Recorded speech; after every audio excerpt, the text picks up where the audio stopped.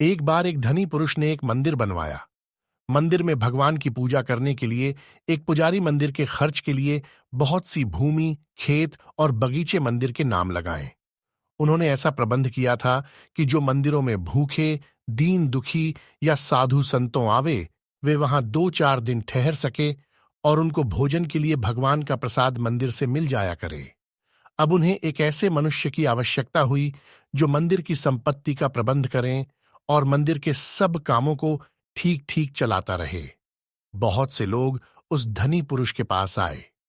वे लोग जानते थे कि यदि मंदिर की व्यवस्था का काम मिल जाए तो वेतन अच्छा मिलेगा। लेकिन उस धनी पुरुष ने सबको लौटा दिया। वह सबसे कहता था, मुझे एक भला आदमी चाहिए, मैं उसको अपने आप छांट लूंगा। बहुत से लोग मन ही मन में उस धनी पुरुष को गालियां देते थे। बहुत लोग उसे मूर्ख या पागल बतलाते थे। लेकिन वह धनी पुरुष किसी की बात पर ध्यान नहीं देता था।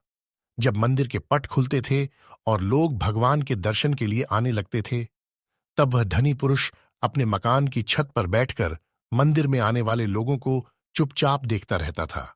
एक दिन में एक मनुष्य मंदिर में दर्शन करने आया। उसके कपड़े मैले और फटे हुए थे। वह बहुत पढ़ा लिखा भी नहीं जान पड़ता था। जब वह भगवान का दर्शन करके जाने लगा, तब धनीपुर उसने अपने पास बुलाया और कहा, क्या आप इस मंदिर की व्यवस्था संभालने का काम करेंगे?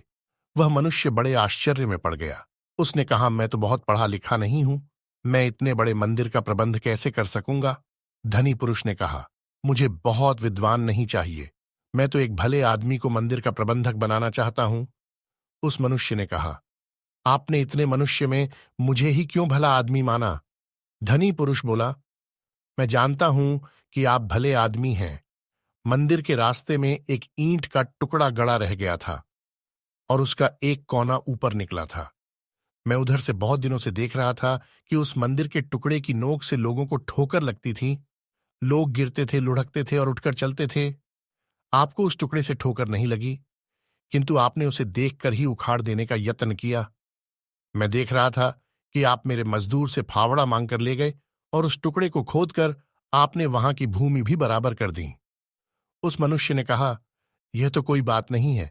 रास्ते में पड़े कांटे, कंकड़ और पत्थर लगने योग्य पत्थर, ईंटों को हटा देना तो प्रत्येक मनुष्य का कर्तव्य है। धनी पुरुष ने कहा, अपने कर्तव्यों को जानने और पालन करने वाले लोग ही भले आदमी होते हैं। वह मनुष्य मंदिर का प्रबंधक बन गया।